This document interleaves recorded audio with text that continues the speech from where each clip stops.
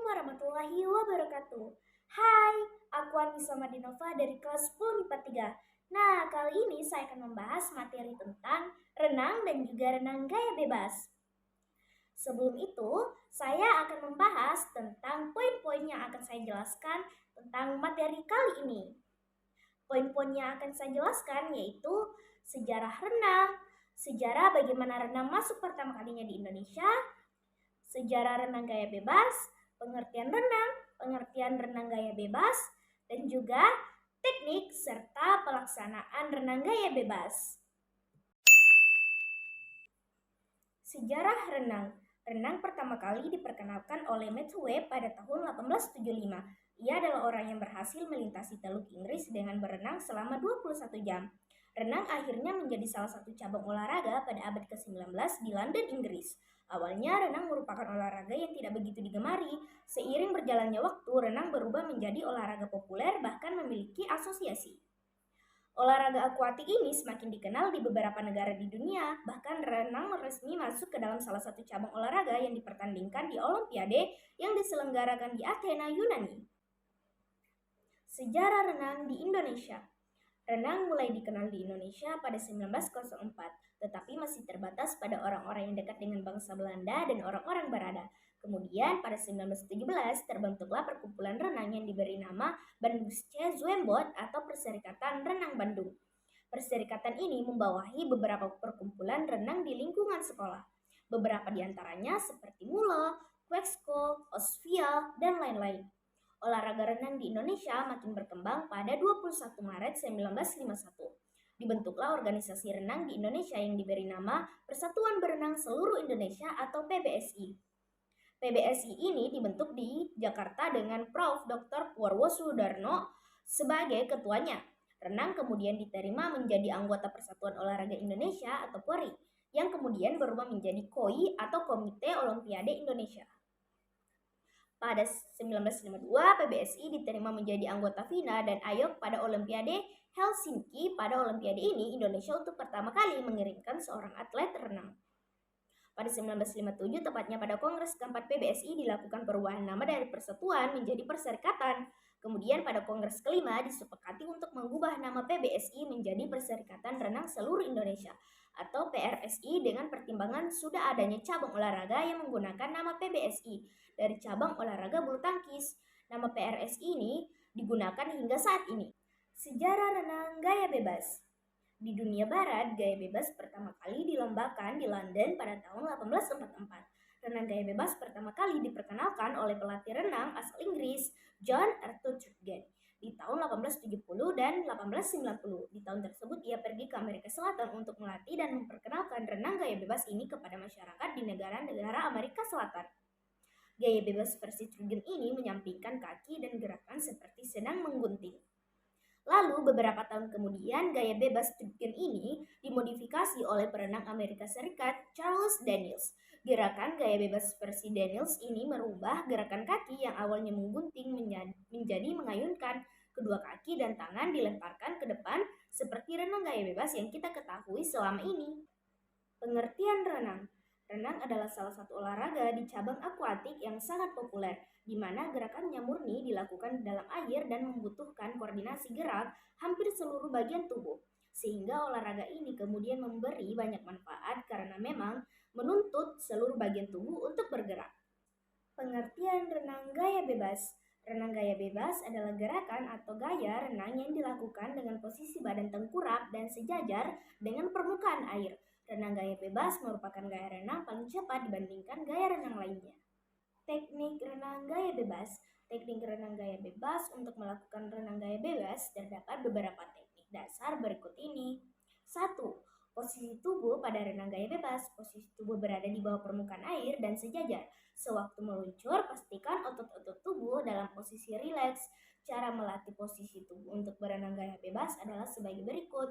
Pertama, pada posisi berdiri, condongan tubuh ke depan hingga dada ada di permukaan air. Lalu kedua lengan lurus ke depan.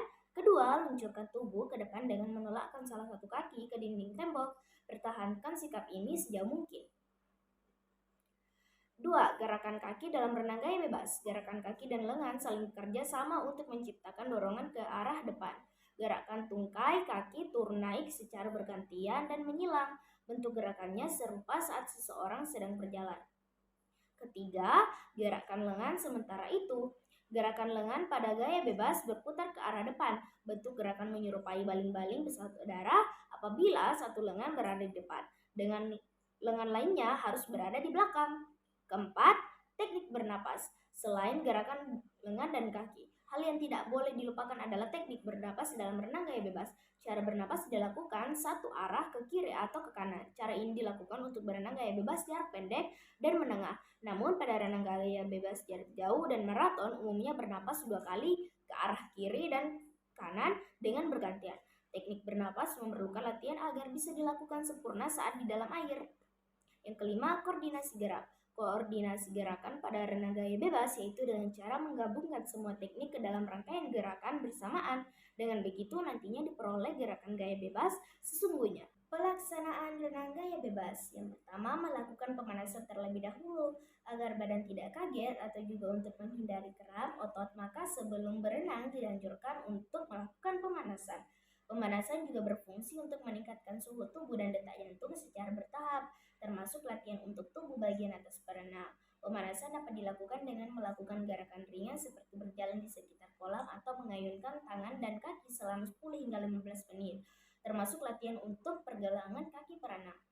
Yang kedua, membuat diri nyaman di dalam air. Beberapa langkah yang perlu dilakukan agar merasa nyaman dan melatih keberanian di air antara lain meredam tubuh sebatas leher, kemudian membasahi muka dengan menggunakan kedua tangan secara berulang-ulang. Setelah itu mengambil posisi duduk di dasar kolam dengan kepala terletak di permukaan air dan kedua tangan diletakkan di samping kiri dan kanan paha. Terakhir, bergerak melompat di tempat dengan kedua kaki dirapatkan dan ketinggian rendah secara berulang-ulang. Yang ketiga, melatih pernapasan dengan baik. Melatih pernapasan merupakan salah satu tahap penting untuk melatih cara berenang yang baik dan benar bagi para perenang.